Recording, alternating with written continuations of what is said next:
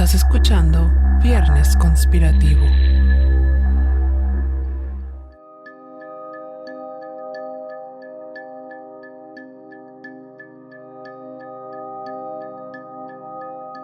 Esto es Viernes Conspirativo, el podcast donde Ana Laura Ibarra y Lupita Caballero te compartirán temas dotados de conspiración y misterio, así como mitos, leyendas, historias urbanas, secretos de internet y demás cosas de las que necesitas saber la otra versión de la historia.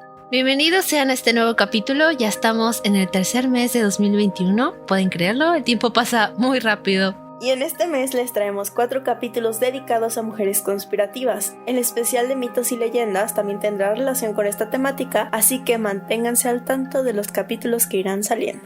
Hoy les traemos el caso argentino de María Marta García Belsunce, el cual me parece muy interesante por el contexto en el que sucedió. Y a pesar de que la respuesta al misterio pueda resultar obvia, hasta ahora sigue rodeado de muchas incógnitas y dudas sin resolver. Probablemente ustedes, al igual que nosotras, tengan muchas teorías respecto a lo que sucedió, así que déjenoslas saber en nuestras redes sociales. Nos encuentran como Viernes Conspirativo en Instagram, Facebook, Twitter y TikTok. Todos los enlaces a nuestras redes sociales las dejamos en un Linktree adjunto a este episodio. Les recordamos también que en Instagram y Facebook encontrarán datos extra que no decimos en el podcast, así como algunas imágenes respecto al capítulo de hoy. Antes de comenzar, creo que es bueno informarles a ustedes, nuestra audiencia, que este mes va dedicado a las mujeres no porque sea una celebración, sino más bien una conmemoración. Además, los casos que trataremos a lo largo de todo marzo son una forma en la que nosotras recordamos a estas mujeres, que por desgracia tuvieron un final trágico, fueron juzgadas y señaladas por la sociedad. Le pedimos a la audiencia que mantenga el debido respeto y que en todos los comentarios evitemos ofensas, prejuicios y difamaciones de las víctimas. Ante todo, pretendemos crear un espacio de debate sano en donde todas, todos y todes puedan dar su opinión sin necesidad de recurrir a los insultos. Sin más preámbulo, pónganse cómodos que ya vamos a comenzar.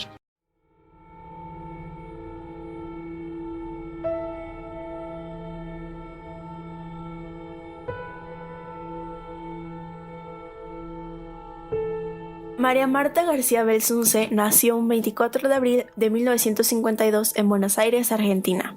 Ella, su hermano Horacio y su hermana María Laura eran hijos de Horacio Adolfo García Belsunce, un reconocido jurista, y de Luz María Blanca Luisa Galup. María Marta era socióloga de profesión y vicepresidenta de la Fundación Missing Children en la Argentina. Dedicó los últimos años de su vida a labores sociales sin fines de lucro, todas ellas relacionadas con el tráfico de menores en la capital argentina.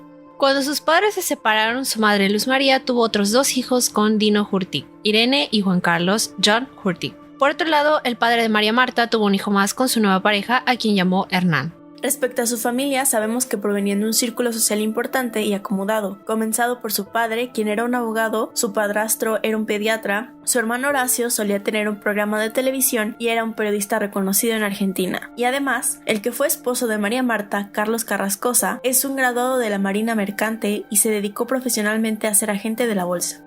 Este matrimonio era concebido por muchos como tranquilo, pues nunca tuvieron hijos. Ambos solían dedicar el tiempo que tenían para ellos mismos y eran una pareja aparentemente como cualquier otra.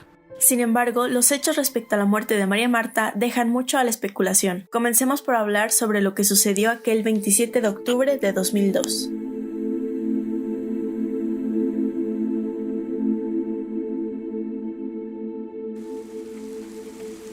María Marta, en un día común y corriente, juega un partido de tenis con su amiga y vecina Viviana Vinelo, en la cancha número 1 del Country Carmel, de Pilar. De repente, la lluvia se hace presente y el partido se ve interrumpido. Así que María Marta toma su bicicleta y regresa a su casa un poco antes de la hora a la que normalmente lo hace. Entra por la puerta principal del chalet que comparte con su esposo, deja la campera en el pasamanos de la escalera y sube al baño para ducharse y estar lista para la sesión de masajes que se aplica todos los domingos. Es en este momento cuando el asesino aprovecha para atacar.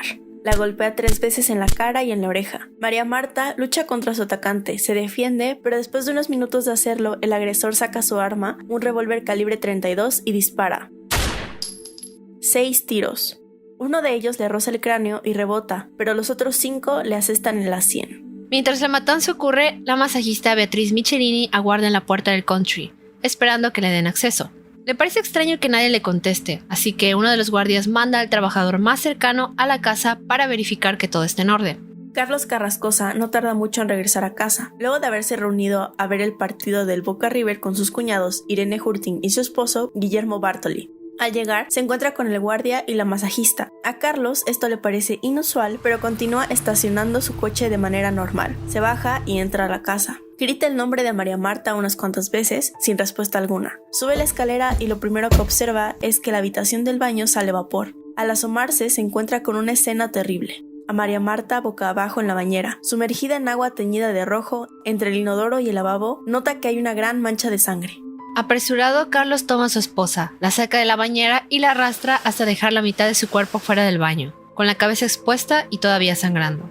El ahora viudo se apresura a ir a la ventana del baño, se asoma y ve a la masajista Michelini. Le dice que no se moleste en sacar sus cosas porque María había sufrido un accidente. La mujer, asombrada, no duda en entrar a la casa y al toparse con la escena, desesperada, intenta reanimar sin éxito alguno a la víctima. Carlos entonces llama a su cuñado Guillermo Bartoli y le dice que María ha sufrido un accidente, cosa que él al principio no toma como algo grave. Irene, al otro lado, tampoco se alarma tanto, pero cuando ambos van a la casa y ven el cuerpo sin vida de María Marta, la situación se torna trágica. A las 19:07, Carlos llama a una ambulancia. Y ahí ni bien llegas a la guardia, yo le voy a decir a la guardia que te acompañen hasta acá.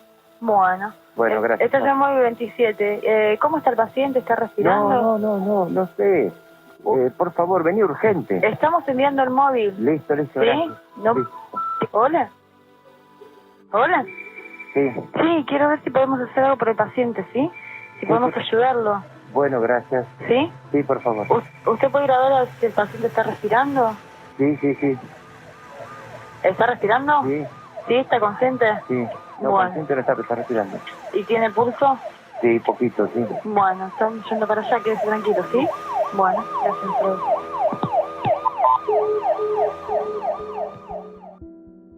Irene, presa del pánico, llama a la guardia y esta llama a otra ambulancia. Ella no espera ni un momento más y sale corriendo a buscar a algún médico que pueda ayudar a su hermana. A la única persona que encuentra es a su joven vecino, estudiante de medicina, quien acude a la casa para tratar sin éxito de salvarle. A las 19:28 llega el paramédico Juan Gabri Gordon, quien le realiza un masaje cardíaco, reanimación cardiopulmonar, electroestimulaciones e incluso le da 4 ampollas de adrenalina, pero nada. Todos los intentos son inútiles, María Marta ya está muerta. Al poco tiempo llega una segunda ambulancia. Esta vez el paramédico Santiago Biasi examina la escena y se da cuenta de los orificios de bala en la cabeza de María Marta, cosa que Gabri Gordon extrañamente no notó. El primer paramédico, conmovido y entristecido por ver a la mujer en ese estado, piensa, no me gustaría que la familia viera esto. Así que, bajo su propio juicio, comienza a limpiar la sangre en el cuarto y le pide ayuda a la masajista Beatriz Michelini. Biasi le dice que no lo haga. Era obvio que era una escena del crimen y era trabajo de los forenses examinar el lugar. Es más, alerta a la familia sobre el estado del cuerpo. Les dice que deberían llamar a la policía. Sin embargo, sus sugerencias son rápidamente olvidadas. Los hermanos y padres de María Marta llegan a la casa, la ven ahí tirada en el suelo y no pueden evitar llorar amargamente. Es un shock, una pesadilla el ver a su propia familia en un estado tan terrible como aquel, cuando recién hacía unas horas la habían visto como cualquier otro día. Proceden entonces a colocar el cuerpo en la recámara. Lo limpian a tal grado de que parece que nada ocurrió. La velan. Su viudo se queda a su lado por un largo rato mientras uno de los hermanos de María Marta regresa a la escena del crimen. John Hurtig va a lavarse las manos, pero encuentra algo que le llama la atención. Un pedazo pequeño de plomo deformado, justo debajo de donde estaba el cuerpo de su hermana. Horacio llega unos momentos después y juntos se quedan examinando aquel extraño objeto. A John se le viene una idea a la cabeza que para ese entonces a ellos no les había resultado tan obvio. ¿Acaso esto había sido solo un accidente o era algo más? Nadie más que los paramédicos habían visto los orificios en la cabeza de María Marta. Para Carlos Carrascosa, la muerte de su esposa era debido a un accidente, aunque John ya comenzaba a dudar de esa versión. Piensa si es realmente posible que su hermana se haya resbalado con los zapatos puestos y si es probable que aquel golpe le haya ocasionado la muerte. Angustiado, le comenta a Horacio sobre ello. Horacio realmente no está tan seguro. No sospecha que puede hacer algo más grave, pero decide escuchar a su hermano y llama a Carlos para preguntarle sobre ese pedazo de plomo, si era que se trataba de alguna bisagra o algo conocido. No obstante, Carlos está demasiado dolido y cansado como para pensar en ello, así que le dice a sus cuñados, puede ser cualquier cosa. Y así, Horacio y John, con un papel, toman el plomo y lo arrojan al inodoro sin darle más vueltas al asunto. La siguiente preocupación de la familia es encontrar un lugar abierto, un domingo en la noche, que pueda emitir un certificado de defunción. Guillermo Bartoli, junto con Michelle Taylor, amigo de la familia, se disponen a ir en busca de ese lugar, a sabiendas que tal vez no encuentren lo que quieren.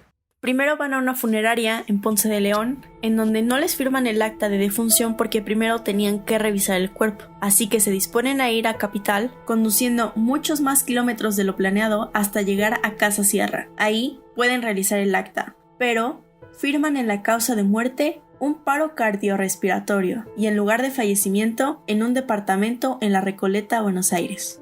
Al otro lado, la policía llega al Country Carmel.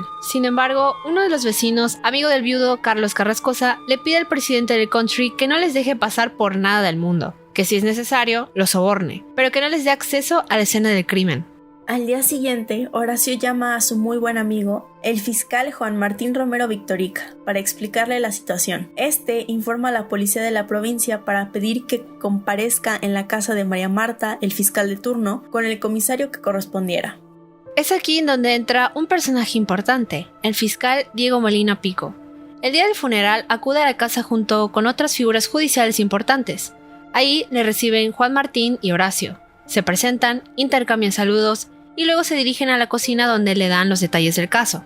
Molina Pico entonces procede a tomar unas medidas básicas de inspección. Sube al cuarto, ve el cuerpo de María Marta en la cama y solo concluye que luce impecable. No piensa en ningún momento que el caso se tornará en un circo mediático.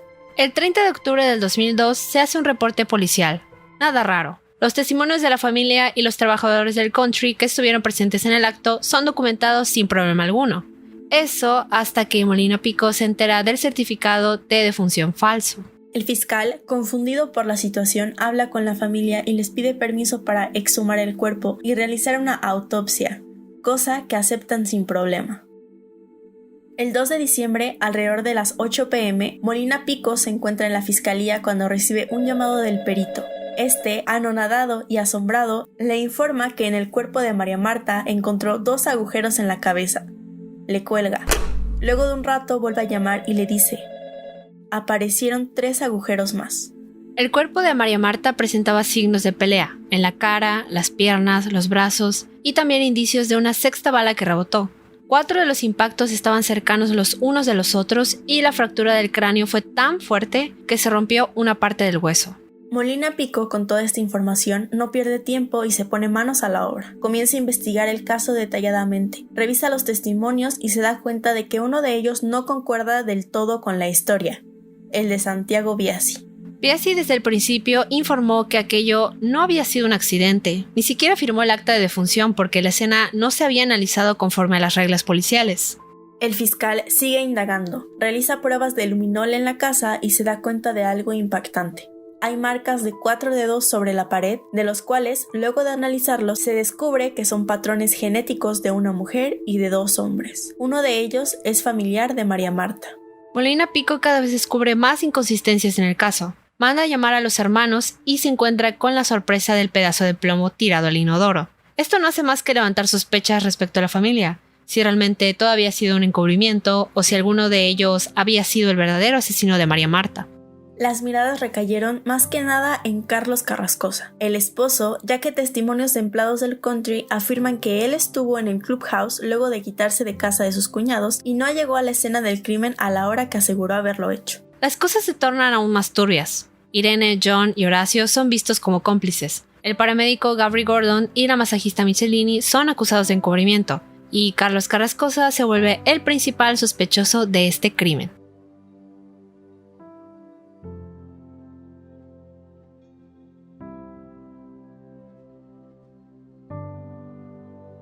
Desde que yo vi este documental, quise hablar de este caso porque me parece muy extraño y bastante conspirativo, en el sentido de que la respuesta parece ser aparentemente obvia, pero al mismo tiempo no lo es. O sea, para empezar, me parece como muy absurdo el hecho de que el primer paramédico, siendo un paramédico, no haya notado los orificios de bala. Es que, ¿cómo pasas por desapercibido eso? No me queda nada claro. Además, decirle a la masajista que le ayude a limpiar la escena, cuando claramente no había manera de que fuera un accidente, me parece muy sospechoso. Porque luego llegó el otro paramédico y le dijo, no lo hagas, deja que la policía resuelva este asunto, no toques nada. Y pues, ¿le valió? Yo no sé si era tonto o si alguien le dijo que no hablara, porque no encuentro alguna otra explicación para que haya hecho tal cosa. Pues sí, creo que lo que hace complicado este caso es que básicamente nadie actuó conforme a los protocolos y tampoco nadie dice la verdad, por lo que esto se complica muchísimo más y se multiplican los sospechosos. Hay muchas cosas que se dieron por sentado sin ni siquiera verificarla, como por el hecho de que creen que María Marta está así porque se cayó y se pegó. Nadie se tomó la molestia de verificarlo hasta que fue el segundo paramédico que se dio cuenta que había unos agujeros en su cabeza. Y no fue hasta después que se dieron cuenta de que eran orificios de bala. También esa parte en la que encuentran ese pequeño plomo que deciden hacer, tirarlo al inodoro. Como que fueron muchas cosas que, por el hecho de creer que fue un accidente, de que se cayó y se pegó, como que siento que fue como esta bola de nieve, que fueron un montón de acciones que solamente complican esto porque la limpian, la mueven de lugar, cuántas personas ya entraron a la casa, ya se limpió todo, entonces eso es lo que complica este caso. Cuando ese tipo de cosas pasan, lo primero que debes hacer es llamar a la policía y el esposo no hizo nada de eso. O sea, entiendo que es el shock y todo eso, pero tardó bastante en hacer la llamada al 911 y de hecho hay unos audios un poco extraños en los que ya después, posteriormente en los juicios, se analizaron bien y se descubrió que cuando él hizo la llamada había gente en el lugar y esas personas en que estaban en la escena estaban diciendo cosas. Entonces ahí hay como que una especulación de que pudo haberse tratado no de un accidente, sino de algo pues adrede. También otra cosa es lo del certificado. No se los dan en el lugar cerca de la casa, van a otro lugar y los datos que dan respecto a la muerte son mentira. Tampoco entiendo por qué hicieron eso así. Es extraño. Sí, o sea, básicamente la persona que dio los datos sin tener una conclusión por alguna persona especializada en medicina que le haya dicho murió por tal razón, él simplemente dijo fue por esta razón y fue en este domicilio que no es ni siquiera cerca de la casa de María Marta. Esta versión de que pudo haber sido un accidente y todo eso, creo que realmente es muy poco creíble porque incluso en el documental muestran una parte de una persona que era amiga de María Marta y ella, cuando le contaron sobre el caso, inmediatamente dijo, no, es que esto no se trata de un accidente, es un homicidio, porque o sea, no tiene sentido de que ella se haya resbalado y se haya pegado y se haya muerto. Y también a sabiendas que tiene 6 agujeros de bala en su cabeza, definitivamente es un homicidio. Pero esos disparos que le dieron a ella estaban juntos uno del otro. Y pues eso me da a entender que había algo muy personal contra ella. Pasemos a hablar ahora sobre las teorías que rodean este misterio. En primer lugar, tenemos la que es más popular y es que el culpable fue, en efecto, Carlos Carrascosa. El fiscal Molina Pico sostuvo que el viudo era coautor del que hoy en día sería catalogado como feminicidio y contó con el encubrimiento de un hombre y una mujer de la familia. La falsificación del certificado de defunción, el haber tirado la bala deformada por el inodoro, limpiar la escena del crimen y pedir que la policía no se acerque a la casa fueron algunos de los fundamentos en que basó su teoría. Sumado a esto, la cantidad de disparos que recibió María Marta dan a entender que no había sido un asesinato al azar, sino que había sentimientos de por medio. De los 5 tiros, 3 fueron efectuados juntos y con el arma apoyada arriba de la oreja izquierda de la víctima, y los otros 3 se hicieron desde más lejos. Además, Carrascosa fue el primero en encontrar el cuerpo y él fue quien llamó a los médicos diciendo que respiraba cuando no era cierto. Otra teoría habla respecto al cártel de Juárez en México. Los investigadores sospechaban que Carrascosa y parte de la familia de la víctima estaban vinculados con el narcotráfico y utilizaban las cuentas de las asociaciones donde trabajaba María Marta para lavar el dinero. Ella, según, había descubierto aquellos movimientos y amenazó con denunciarles. Esta hipótesis cobró sentido para el fiscal Molina Pico porque la hermana de una de las amigas íntimas de María estaba involucrada con este cártel. María Marta también era vocal de la Sociedad Amigos de Pilar, la cual buscaba privatizar el hospital municipal. De lograrlo, significaría que podría manejar millones de pesos. Se especuló que un sicario hubiera cometido el asesinato como una advertencia ante esa maniobra, puesto que días antes el secretario privado de intendente fue asesinado a balazos en un supuesto intento de robo. Igual se habla mucho acerca del trabajo que María Marta hacía en Missing Children, la organización que se dedicaba a buscar niños que habían sido víctimas de trata de personas. Esto porque ella trataba con fiscales, policías de las fronteras, gendarmería y mucha gente poderosa. No tenía miedo alguno de mostrar su rostro ante los medios de comunicación.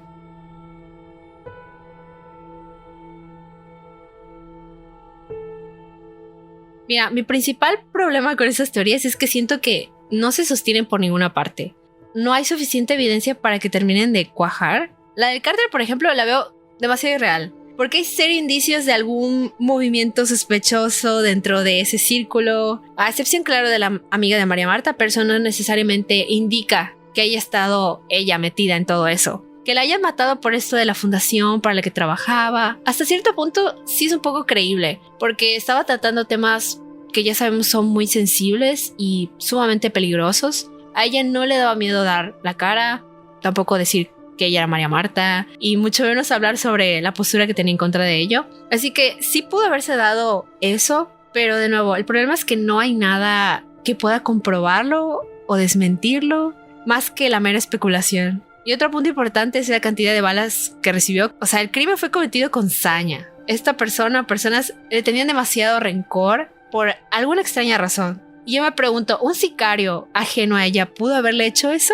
Pues creo que hay dos cosas que estamos olvidando. Una es que María Marta era un personaje de Argentina, que la veías creo que a diario en la televisión, todo el mundo sabía de ella, todo el mundo la reconocía. Por lo tanto, ellos habían decidido irse a vivir a este lugar que es Carmel, que es un lugar bastante alejado de la ciudad, en la que es una sociedad, por así decirlo, una comunidad muy privada, muy organizada y muy cuidada por el hecho de que tenían seguridad en todos sus accesos, tienen cámaras, como que es muy exclusivo a la vez. Entonces toda la gente de allá adentro se conoce. Y lo que me parece extraño es que si entró un sicario, ¿cómo es que entró? ¿Cómo es que burló toda esa seguridad para poder cometer el crimen y salir ileso? Por eso yo creo que la persona que la haya asesinado tuvo que haber sido alguien que estaba dentro de ese country. Un trabajador, un vecino, un amigo, alguna persona que haya tenido algún contacto hasta cierto punto mayor con ella.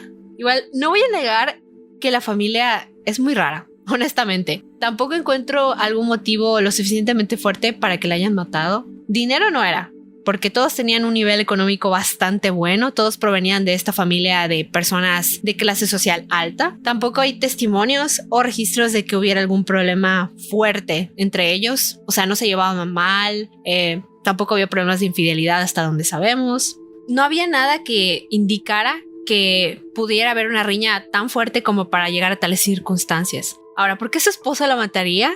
Lo de las supuestas actividades ilícitas que le descubrió, ¿habrán sido ciertas? Yo creo que no.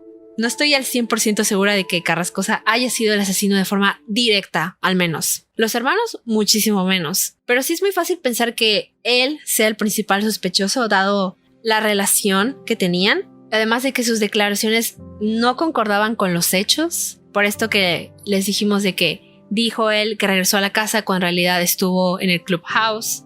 Eso sí es muy raro, aunque siento que no hay un justificante fuerte para matarla de esa manera. Y algo muy importante, María Marta luchó con su atacante. Me haría sentido que él o ella o ellos tuvieran marcas en el cuerpo, cosa que hasta donde sabemos ningún integrante de la familia tenían. Todos estaban ilesos.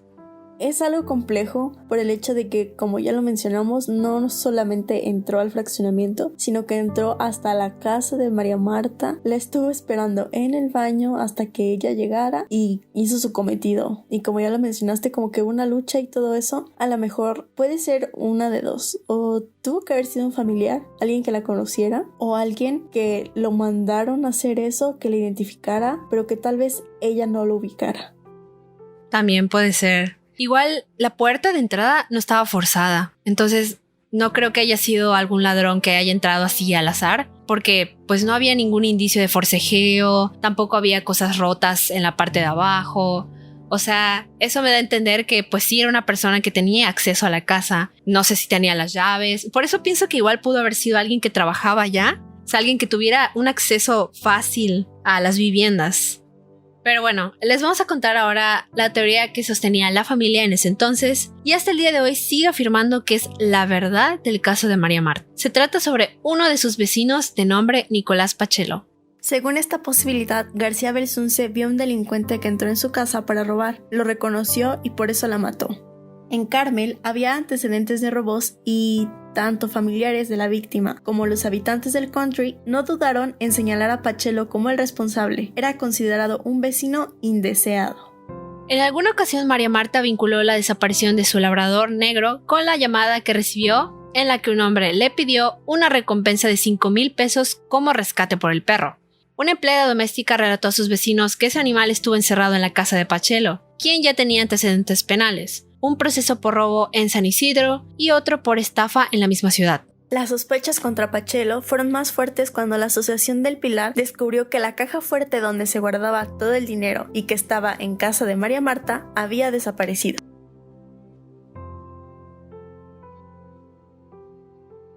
Esa teoría de Pachelo igual suena convincente por el hecho de que 3 vecinos declararon que lo vieron trotando minutos antes de la hora del asesinato cerca de la casa de María Marta.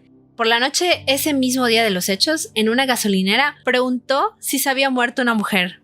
Esas cosas no se pueden ignorar nomás, son demasiado extrañas. Pero también me pongo a pensar, ¿acaso él le tenía un odio muy fuerte a María Marta? Porque lo que dice esta versión es que Pachelo entró a robar y María Marta le descubrió, por eso le mató y según él se llevó el dinero consigo. Aunque ahí algo no termina de cuadrar porque él tendría que saber dónde estaba esa caja fuerte. Tendría que haber entrado a las habitaciones o buscar, o en todo caso tuvo que haber obligado a María Marta a que se la diera. Y pues dentro de lo que investigué al menos no hay nada que diga que se hallaron pisadas o rastros en la parte de arriba, tampoco hay ningún desorden en los cuartos, cosa que habría sido muy común si él estuviera desesperado por encontrar el dinero y también por el hecho de que no sabía. Así que por eso yo no termino de encontrar culpable a este hombre. No sé, ¿tú qué piensas?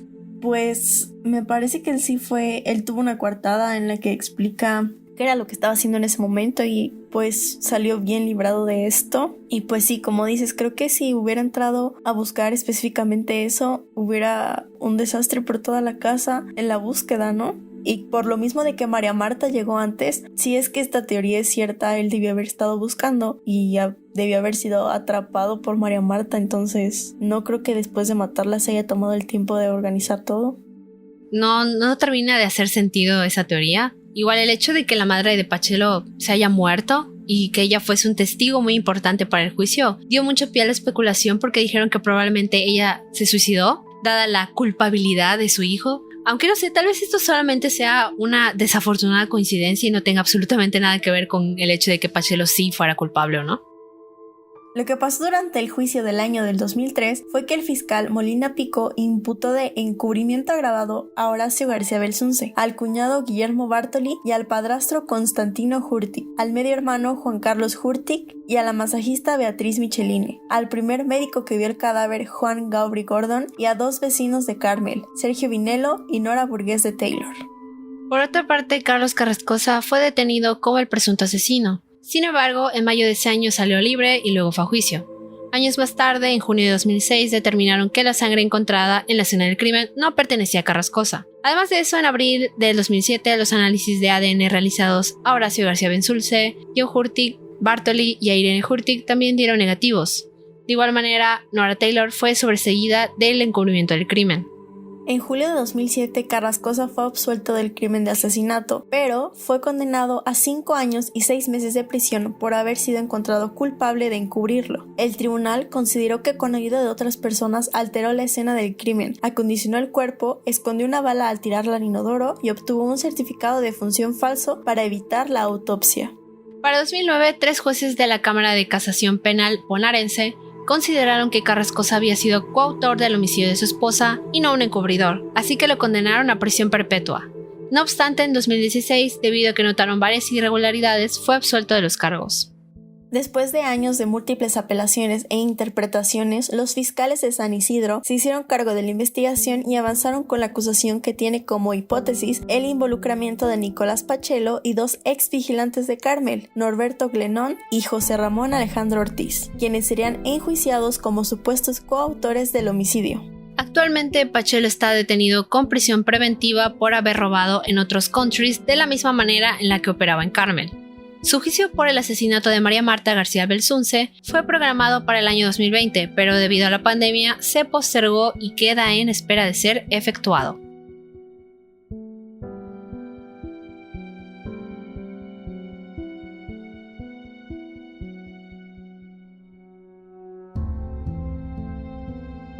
Todo el mundo se señala, entre ellos hay como pequeños detalles que llaman la atención por el hecho de esa parte en la que hubo este análisis de sangre.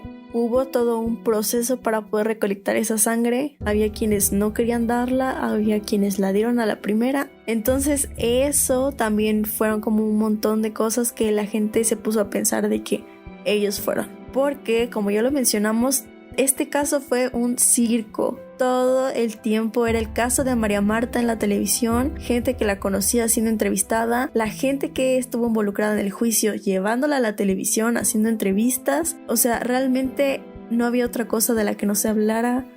Eso siento que fue lo que complicó más este caso. Todo el mundo estaba al pendiente de qué era lo que estaba sucediendo. Entonces es realmente muy complicado. Gente que entraba y salía de prisión porque se le consideraba culpable, luego que no, recibían un amparo, un montón de cosas. Sí, este caso me recuerda mucho a todos los que se han vuelto mediáticos, tipo como el de O.J. Simpson. Él era una persona pública y porque era una persona importante y querida en el mundo deportivo, pues la gente sale a decir que cómo pudo haber sido él, que no era culpable. Y más o menos algo así pasó con los hermanos cuando los culparon, porque uno de ellos, creo que Horacio, era pues conductor de televisión y entonces era una figura muy reconocida dentro de Argentina. Y de hecho esta parte sí aparece en el documental de Netflix, que hay un grupo de mujeres que se dedicó como a defenderlo y a decir que cómo pudo él haber sido culpable si él amaba a su hermana y todo esto. En este tipo de casos siempre pasa el efecto mediático. Mientras más famoso se vuelve el caso, más se distorsiona lo que es la realidad de los hechos. Ya no vas a saber con tanta información qué es lo que de verdad es cierto y lo que de verdad no. Y además, cada vez que los familiares iban a hablar a programas, nunca deja de estar esta opinión de ay, ¿qué tal si lo están haciendo para aparentar? Ese es, creo que el problema más grande que pasa con todos los casos que se vuelven tan mediáticos como estos.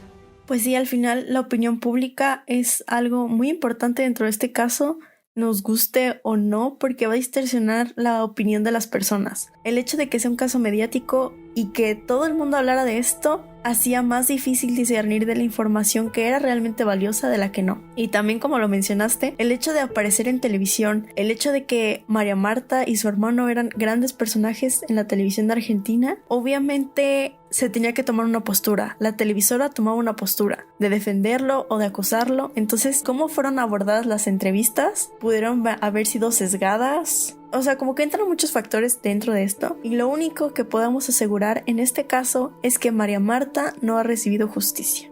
De que fue un accidente, eso se puede descartar muy fácilmente por toda la evidencia que hay. Ahora, ¿quién la pudo haber asesinado y por qué? Siguen siendo las mayores interrogantes. A lo mejor no fue directamente los hermanos o el esposo, pero pudo haber sido alguien que sí haya tenido una relación con ella.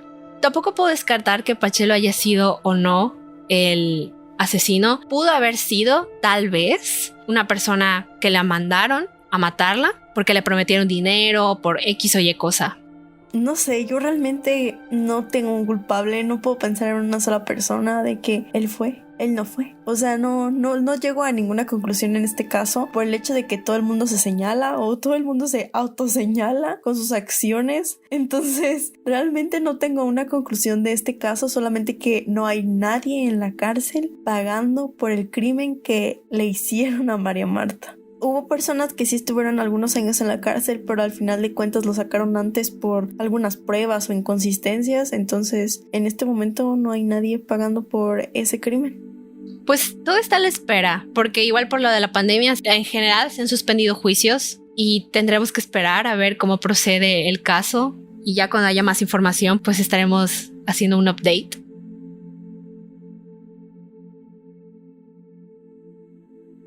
Este caso tiene muchísimos videos, artículos y fuentes de información. Nosotros nos basamos en el documental que hay en Netflix, que lo pueden encontrar bajo el nombre de Carmel, quien mató a María Marta, y también de las páginas de BBC, Spoiler Time, El Canciller, El País, La Nación y Cronista. Recuerden que si quieren saber algunos datos extras sobre este caso, pueden ir a visitar nuestro Instagram y Facebook, que nos encuentran como Viernes Conspirativo, y ahí también pueden comentar sus teorías, puntos de vista y otras opiniones respecto a este caso. Si es que eres de Argentina y nos puedes nutrir más desde tu perspectiva como alguien que lo vivió en ese país, será muy bienvenido. No se olviden de seguirnos en nuestras redes sociales, sigan sintonizando este podcast, compártanlo, y si tienen alguna sugerencia sobre algún tema que quieran oír, nos lo pueden dejar saber en los comentarios. Gracias por escucharnos y nos vemos a la próxima.